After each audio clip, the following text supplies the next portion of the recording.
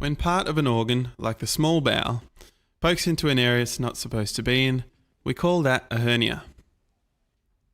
When part of an organ intrudes into the inguinal canal, we call that an inguinal hernia. The two places they can occur correlate with the canal's two areas of weakness.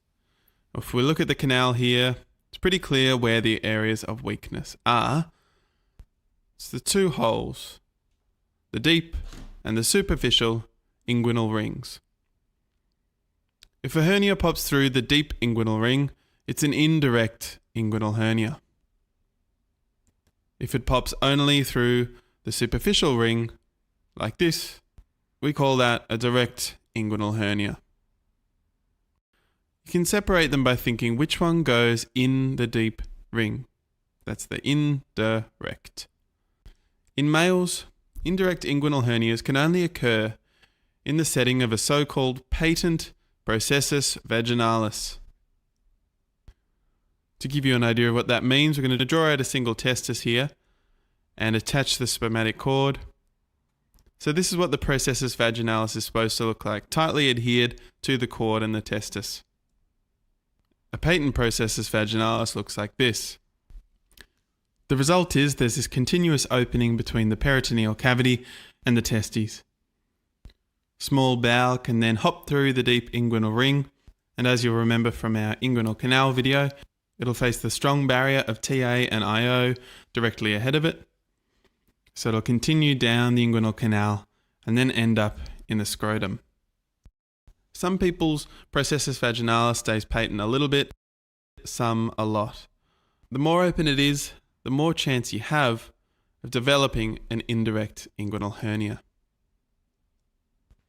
Direct inguinal hernias are the result of various risk factors which are relevant to all other types of abdominal hernia. We're going to draw out the layers of the abdomen from this angle to get a better understanding of these risk factors. So I'm drawing out the peritoneum here. Behind that is the abdominal contents.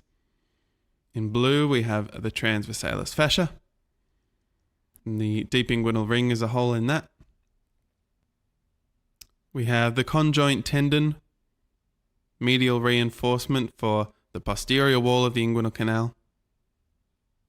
And then we have other abdominal muscles in the area as well, like the rectus abdominis. So the two major issues that we can face here that can lead to a direct inguinal hernia are increased intra-abdominal pressure. For example, if you've got ascites, which is fluid buildup in the abdomen from chronic liver disease, or if you've got weakness in any of these layers.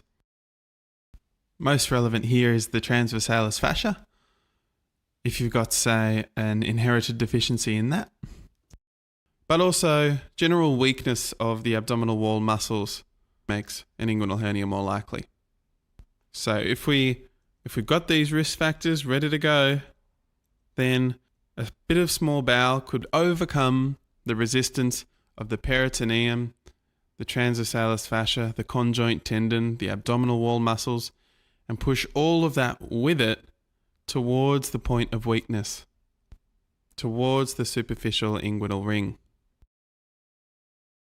Because it's taking so many of these layers with it, there's a lot restricting its journey, and so you won't see a direct inguinal hernia end up in the scrotum, as you can see with an indirect. One more thing before we wrap up.